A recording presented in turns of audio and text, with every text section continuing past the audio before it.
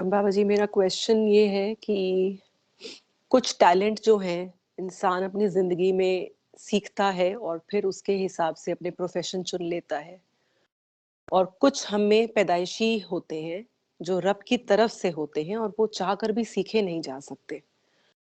तो रब कोई ऐसा टैलेंट जो उनकी नजर में हराम है, जैसे कि singing, dancing, playing instruments, acting, comedy, ऐसे कुछ सिर्फ चुनिंदा इंसानों में ही क्यों डालते हैं? क्या ये सिर्फ उन इंसानों के लिए स्पेशल जजमेंट का तरीका है ताकि वो कंट्रोल करें, सैक्रिफाइस करें अपना टैलेंट जो उनके अंदर रब ने रखा है? रब ने जो भी किसी इंसान को टैलेंट दिया हो और किसी टैलेंट का इंसान को पता लग जाता है कि ये टैलेंट मेरे अंदर मौजूद है, और कुछ टैलेंट ऐसे होते हैं जो इंसान के अंदर हिडन होते हैं मगर इंसान को मालूम नहीं होता कि ये टैलेंट भी रब ने मेरे अंदर रखा है। एनी हो, अपने बारे में हर इंसान बेहतर जानता होता है। कुछ टैलेंट उसे लगता है कि शायद ये टैलेंट मेरे अंदर ज्यादा अच्छे हैं और अगर मैं इस फील्ड में जाऊं तो मैं ज्यादा अच्छा कर सकता हूं। टैलेंट कोई भी इट सेल्फ अपनी जात में ना अच्छा है ना बुरा। टैलेंट जस्ट टैलेंट है। आपके घर में 40 इंच की एलसीडी लगी हुई है तो LCD it self is not a bad thing और गुड थिंग। एलसीडी पे देखा जाने वाला, चलाया जाने वाला प्रोग्राम बुरा या अच्छा होता है। डांसिंग या सिंगिंग या कोई भी ऐसी चीज अगर ये ईश्वर के लिए है, रब के लिए है, रब के प्यारों के लिए है, तो यही डांसिंग, यही सिंगिंग, यही आपका स्पीकिंग या जो भी आपका टैलेंट है, वो टैलेंट आपके लिए गॉड की तरफ जाने का एक रीजन बन जाएगा, एक बहाना बन जाएगा। और अगर आप उसी टैलेंट को दूसरी तरफ यूज करते हैं तो वही टैलेंट आपके लिए नरक तक जाने का एक रास्ता बन जाएगा। ये हमारे यहाँ जिस तरह से भजन हम करते हैं, कीर्तन करते हैं, इसी तरह से ये इस्लाम धर्म में नाते होती हैं जिसमें वो प्रॉफिट मोहम्मद जी से अपना प्यार मोहब्बत शो करते हैं। तो एक बार मैं एक ये जो नात भजन गाने वाला जो है उसका एक इंटरव्यू देख रहा था। वो ये कह रहा था, अब तो वो बड़ा मशहूर है। भाई साहब ने जब ये सफर शुरू किया था तो वो लोगों को फ्री ऑफ कास्ट बसों में जाके भजन गा के सुनाता था, और सारे बसों वाले और बसों के मुसाफिर उसकी भौंडी आवाज से तंग थे। जिस बस में वो घुसने लगता था ना, बस के मुसाफिर और बस का कंडक्टर पकड़ के उसको नीचे उतार देते, भाई साहब हमारे कान इतने फारग नहीं है कि तेरी इतनी भौंडी आवाज सुने। उस बंदे ने डटाई करी, एफर्ट करी कि आज उसकी आवाज को है और पूरी दुनिया उसकी आवाज सुनने को तरसती है। अगर यही चीज दूसरी तरफ लग जाए और आप बुराई करने लग जाए तो फिर जाहिर है कि आपके साथ वही चीज होएगा। ये नुसरत फतेह अली खान जो है, जिसकी बड़ी कवालियां मशहूर हैं, क्या करूं रब सब के ऐबों के ऊपर पर्दे डाले, सबके मरने के बाद उनके सारे पापों को माफ कर दे और सारों को रब स्वर्ग में जगा दे। मेरी सबके लिए दुआ है। किसी बंदे का ये कहना था कि किसी गरज से नुसरत फतेह अली खान की इनके यहाँ तो वो ग्रेव बनाते हैं ना, कब्रें बनाते हैं ना, मट्टी में गाड़ते हैं ना, दबाते हैं ना, तो इसकी कब्र खोलना पड़ी। कब्र जब खोली तो क्या देखा गया कि इसकी जबान कम अज कम 30-40 गज की है और इसकी जबान इसके सर के ऊपर ऐसे गोल दायरे में बार बार लपेटी हुई है। कम अज कम 12-13 चक्कर जो हैं इसके सर के ऊपर आए हुए जबान को। जिधर पड़ा था इसकी बॉडी, इसकी जबान मुंह से इतनी लंबी निकली हुई थी कि जैसे 30-40 गज की जबान हो, और वो जबान बार बार ऐसे सर के गिर्द लपेटी हुई थी। अब ये रब बेहतर जानता है, हमने आंखों से चूंकि देखा नहीं, इसलिए इसकी सच्चाई के बारे में या इसकी क्रेडिबिलिटी के बारे में मैं कोई ऐसी चीज नहीं कह सकता। मगर अगर तो वो अच्छी चीजें गाकर जाता तो तवक्को करते कि शायद उसने कोई बहुत रब की या रब के प्यारों की सेवा करी है। उसने ज्यादा गजलें और गाने ही गाई, ज्यादा उसने दारू और मस्ती की टीचिंग दी है। तो जब आप इस चीजों का प्रचार करेंगे और इन चीजों के साथ आप धूम मस्ती मचाएंगे और अपने उस गॉड गिफ्टेड टैलेंट को मिस यूज करेंगे, तो फिर रब उस चीज पे सजा देगा। अब ये बंदे को फ्री चॉइस जो मिला है, ये चॉइस ही आजमाइश है बंदे की, कि बंदा उस चॉइस को कैसे यूज करता है। जवानी जब गुजरती है ना, तो चाहे कोई घर में मुलाजम हो, तो चाहे कोई घर का हेड हो, जवानी सारों के ऊपर जवानी की तरह ही गुजरती है। और जवानी में सारों को ही जवानी के मौके मिलते हैं। तो ये भी तो एक टैलेंट ही है ना जवानी, जो सारों के पास आती है और हर एक को सताती है, हर एक को वो खींचती है अपनी तरफ। ये नहीं है कि ये गरीब है तो इसके ऊपर कोई जवानी नहीं आएगी और इसको मौके नहीं मिलेंगे या इसका दिल नहीं करेगा, और जो करोड़पति उसको कुछ ज्यादा मौके मिल जाएंगे या उसका कुछ ज्यादा दिल करेगा, उसको भी वैसे ही होएगा। उसको और कुछ भी नहीं मिलेगा तो वो भेड़ बकरियां चराते हुए जंगल के अंदर जंगली जानवरों तक को जो है ना वो नहीं छोड़ेगा। जवानी ऐसी चीज है। तो टैलेंट को हम अगर ये कहे कि जी फिर रब ने उस बंदे को वो टैलेंट दिया ही क्यों जी, जो टैलेंट जो है वो रब की नजर में हराम है। भाई टैलेंट तो चाहे आप क्रिकेट खेलें, ये क्रिकेट को भी आप हराम कर लेंगे अगर आपकी गर्जो गायत हराम है। अगर आपके जहन में ये है कि मैंने क्रिकेट के जरिए हसीनाएं काबू करनी है, अच्छी अच्छी लड़कियों के साथ फ्रेंडशिप बनानी है, मैंने जुआ खेलना है, मैंने पैसे कमाने हैं, मैंने अपना नाम और चर्चा कमाना है, मैंने तो धन इकट्ठा करना है, तो आप इस तरह से भले से आप गेम खेल रहे हैं, ये गेम भी आपके लिए पाप बन जाएगी, ये भी आपके लिए अजाब बन जाएगा। तो टैलेंट तो इटसेल्फ वो देखने में तो बुरा नहीं लग रहा, देखने में तो वो हराम नहीं है, खेल हराम नहीं है। उस खेलने वाले की जो सोच है वो हराम या जायज या नाजायज बनती है। तो अगर कोई शख्स सेना में गया है और वो ये कहता है कि जी मैं सेना में हूं, तो सेना में जाना तो हमारे यहाँ बड़ा पवित्र समझा जाता है, बड़ा नेक मकसद समझा जाता है। लेकिन अगर किसी की गर्जो गायत ये है कि मेरे जनाब फैमिली में बड़ा मैं मशहूर हो जाऊंगा, बड़ा पॉपुलर हो जाऊंगा, लोग मेरी दिलेरी के और मेरी ब्रेवरी के जो है ना वो गीत गाएंगे और कहेंगे कि जनाब फला बंदा बड़ा बहादुर था, दुश्मन के खिलाफ लड़ते हुए ऐसे मारा गया। अगर हमारी गर्जो गायत ये है कि हमें एक चर्चा, एक महिमा, एक शोहरत मिले और हमें नेशनल फ्लैग के अंदर हमारी बॉडी रख के जो है ना वो बरे की जाए या उसको अर्थी दी जाए, तो ये चीजें वो उस एक नेक मकसद को भी बुरा बना सकती है। और अगर बुल्ले की तरह आप नाच रहे हैं, मगर नाच कर मकसद आप अपनी अना को भींट चढ़ा रहे हैं, आप खुद को गिरा रहे हैं, दुनिया की नजर में नीचे कर रहे हैं कि ए ते कंजरा वाला कम है, ए शरीफां दा कम ही नहीं है, ए सच्चियां दा कम ही नहीं है, मैं अज ए भी कर लिया तेरे सिर्फ मनाण दे पिछे, यारा हुण ते मन जा, हुण ते मैं तेरे दर ते एक कंजरी बन के आ गया। काम गंदा है, मगर पर्पस और थॉट ने उसको गंदा नहीं रहने दिया, उसको बेहतर कर दिया है। तो कोई भी टैलेंट या कोई भी चीज इटसेल्फ नहीं, उस चीज को यूज करने वाले यूजर की थॉट उस चीज को अच्छा या बुरा बनाती है। स्किल है, कुछ लोग सिंगिंग अच्छी कर सकते हैं, कुछ लोग और ऐसी चीजें कर सकते हैं, मगर अगर आप उस सिंगिंग में, उस डांसिंग में दुनिया की नजर में आते हैं और दुनिया आपको देख के आपके बारे में बुरे ख्यालात अपने दिल में पालती है, तो इसका मतलब है कि उनके दिलों को बुराई की तरफ उभारने का पाप आपके सर चढ़ जाए। आपकी कोई भी एक परफॉर्मेंस जब लोगों के सामने वीडियो बन के जाएगी, यूट्यूब पे जाएगी, तो कितने ऐसे दिल होंगे जो बुराई के लिए उस चीज को देख के माइल हो जाएंगे। तो जिस जिस बंदे के दिल में जो बुराई उठेगी, उस बुराई के उभारने में जो रोल है वो अगर आपका है तो यकीनन उस बुराई का आधा हिस्सा आपके सर चढ़ जाएगा।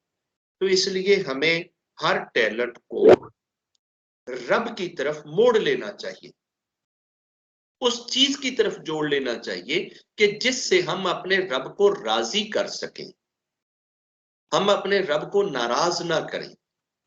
तो हर टैलेंट अच्छा या बुरा, कुछ तो बाई विर्च्यू मना होते हैं ना, मना तो होते हैं, लेकिन करने वाले की थाट देखी जाती है कि करने वाला किस थाट पे कर रहा है। रब फैसले करता है इनर पे, आपकी नीयतों पे, आपकी इंटेंशन पे। जो भी छुपी है उसको करने का जो ढंग, सलीका, तरीका है ना, वो डिपेंड करता है कि वो किस तरह से।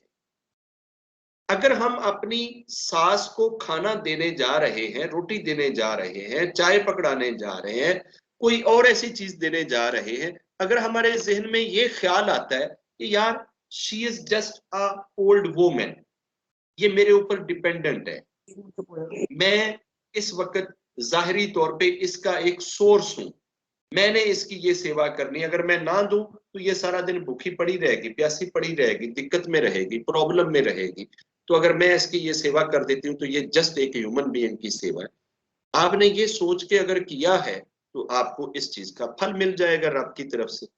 और अगर आप देते हुए दिल में नफरत करते हैं, हेट करते हैं, गालियां देते हैं, ऊपर से आप बड़े मीठे शो होते हैं और सासू माँ करते रहते हैं, मगर अंदर आपके नफरत है, तो रब आपके उस अंदर के जज्बे को देखते हुए आपकी उस की गई सेवा के ऊपर कोई फल नहीं देगा, बल्कि वो पाप लिखेगा आपके सर के ऊपर।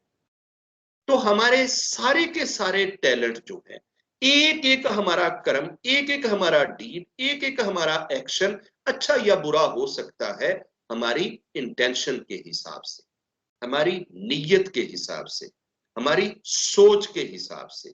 तो अगर हमारी सोच अच्छी है, पवित्र है, तो एक्शन जिस तरह का भी हो दुनिया की नजर में, रब की नजर में वो ठीक है, अगर हमारी सोच ठीक है। और अगर हमारी सोच गलत है तो फिर दुनिया शायद उसको बहुत सराहती रहे, बहुत तारीफ करती रहे, मगर रब उस चीज पे भी पाप देगा। अभी ये गुरुद्वारे में जो भजन गाते हैं, बज़ाहिर तो ये लगता है कि यार ये तो हमें गुरु ग्रंथ साहब सुनाते हैं, ये तो हमें पौड़ियां सुनाते हैं, ये तो हमें पंथ सुनाते हैं, ये तो हमें अच्छे गीत सुनाते हैं। लेकिन अगर ऐसा करने वाले की गरज सिर्फ ये है कि मैं मशहूर हो जाऊं, पूरी दुनिया मुझे रिस्पेक्ट करे, पूरी दुनिया मेरे हाथ पांव चूमे, पूरी दुनिया मेरे ऊपर नोटों की बारिश कर दे, और मैं जनाब मुझे जो है ना बड़ी इज्जत मिल जाए, तो इसका मतलब है उसने रब के लिए ये चीजें नहीं करी हैं। तो ये सारा बज़ाहिर आंखों से दिखने में बहुत अच्छा है, और ये उसका बहुत नेक टैलेंट, बहुत पवित्र टैलेंट है, देखने वाले सारे यही समझेंगे, लेकिन रब के पास जाएगा तो जूते पड़े। रब इंटेंशंस को जानता है, और ये इंटेंशन सिर्फ रब ही जानता होता है। बाकी कोई दुनिया का इंसान किसी की इंटेंशंस को रीड नहीं कर सकता कि ये कर्म करते हुए बंदे की इंटेंशन क्या थी। इसलिए कर्मों का हिसाब सिर्फ रब की जात कर सकती है। तो रब से दुआ है कि हमारे करने का जो भी कोई काम हो, उस काम की गर्जो गायत जो है ना, वो खुदा हो, और खुदा के अलावा कुछ ना हो। तो गोया कोई भी एक्शन इटसेल्फ, वो एक्शन जो है ना, वो ना अच्छा है ना बुरा है, उस एक्शन के पीछे थॉट क्या है, सोच क्या है, वो सोच मैटर करती है। और एक कथा इसके साथ ही हमने छोटी सी एक और भी एक बार शेयर करी थी कि दो महापुरुष थे, दोनों बड़े गॉड कनेक्टेड थे, बड़े हाईली एलिवेटेड सोल्स थे, बड़े नेक इंसान थे, इकट्ठे चल रहे थे। और एक जगह पे एक ऐसे ही नदी या कोई नहर या कोई पानी का नाला था दरमियान में, उधर बेचारी एक लड़की खड़ी थी, बहुत यंग खूबसूरत नौजवान, और वो कांपे जा रही थी पानी को उछलते कूदते देख के। तो उन्होंने पूछा कि बेटा तुम इधर क्या, क्यों इधर खड़ी हो? तो उसने कहा बाबा मैंने तो पार करना था, तो ये तो पानी बहुत तेज है, पानी चढ़ा हुआ है, तो मैं तो डर डर रही हूँ कि कहीं मैं बह ना जाऊं। तो उसमें से एक ने जनाब ना आओ देखा ना ताओ, उसको वो जैसे बोरी को उठाते हैं छठी की तरह पकड़ा और लड़की को कंधे पे रखा और जनाब उसको पार करके किनारे पे बिठाया और वापस आके आगे चलना शुरू कर दिया। जब आगे चलना शुरू किया तो ये जो दूसरे भाई साहब थे, इसने उससे बात करना ही बंद कर दी। इसका ये एक्शन देख के उससे बात ही नहीं करी। 2-3 घंटे गुजर गए, शाम पड़ गई, वो बातें किए जा रहा है, ये आगे से बस हाँ हूं हाँ हूं हाँ हूं, कोई बात ही नहीं कर रहा। उसने कहा यार तुझे क्या हो गया, मैं 3 घंटे से आपसे बातें कर रहा हूं, इतनी देर से मैं बोले जा रहा हूं, ना तो मेरा कोई जवाब देता है, ना कोई मेरे से बात करता है, हुआ क्या है तुझे, मैंने तुझे क्या कहा है? उसने कहा तू तो बड़ा पापी है, तू तो बड़ा गंदा है, तू तो बिल्कुल लापरवाह इंसान है। उसने कहा क्यों, मैंने क्या पाप किया है, क्या मैंने लापरवाही करी? उसने कहा तुझे जरा हया नहीं आया, एक नौजवान लड़की को, एक पराई लड़की को तूने पकड़ा और जनाब तूने इधर कंधे पे उसको रखा हुआ था, तेरे साथ लग रही थी, उसकी बॉडी तेरे साथ लग रही थी, उसकी टांगे तेरे हाथ में थी, तूने इस तरीके से उसको पकड़ा हुआ था और इस तरह से तू उसको पार ले गया, तुझे शर्म नहीं आई? तूने तो इतना बड़ा पाप किया है कि एक पराई स्त्री को, पराई नारी को तूने हाथ लगाया।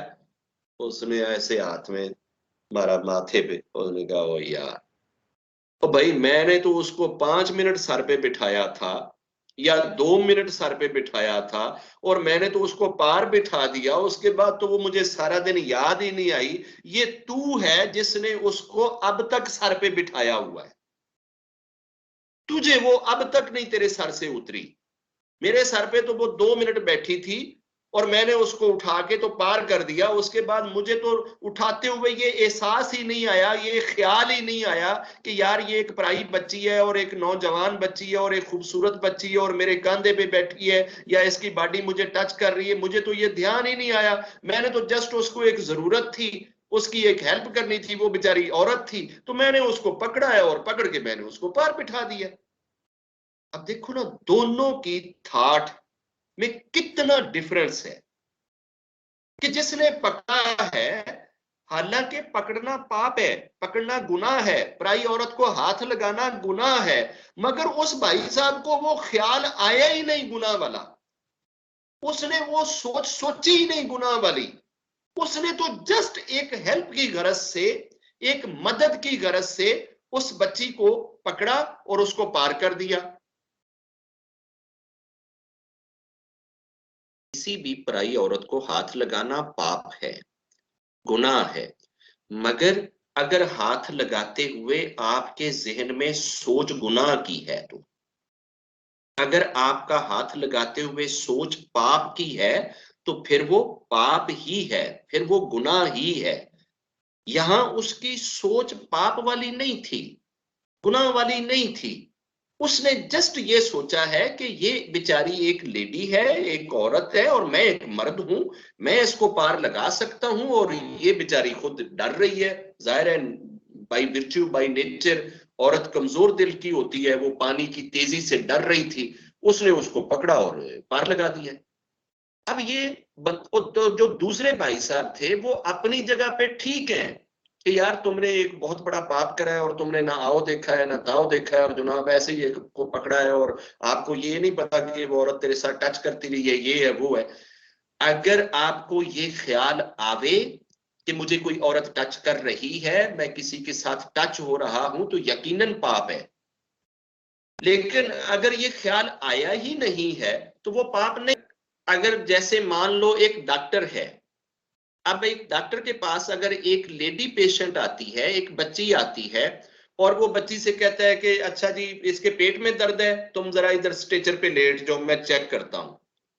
अगर हाथ लगाते हुए डॉक्टर साहब के माइंड में सिर्फ और सिर्फ उसकी ट्रीटमेंट करना मकसद है, उसके मर्ज को ढूंढना मकसद है, तो वो उसका हाथ लगाना उसके लिए पाप नहीं है।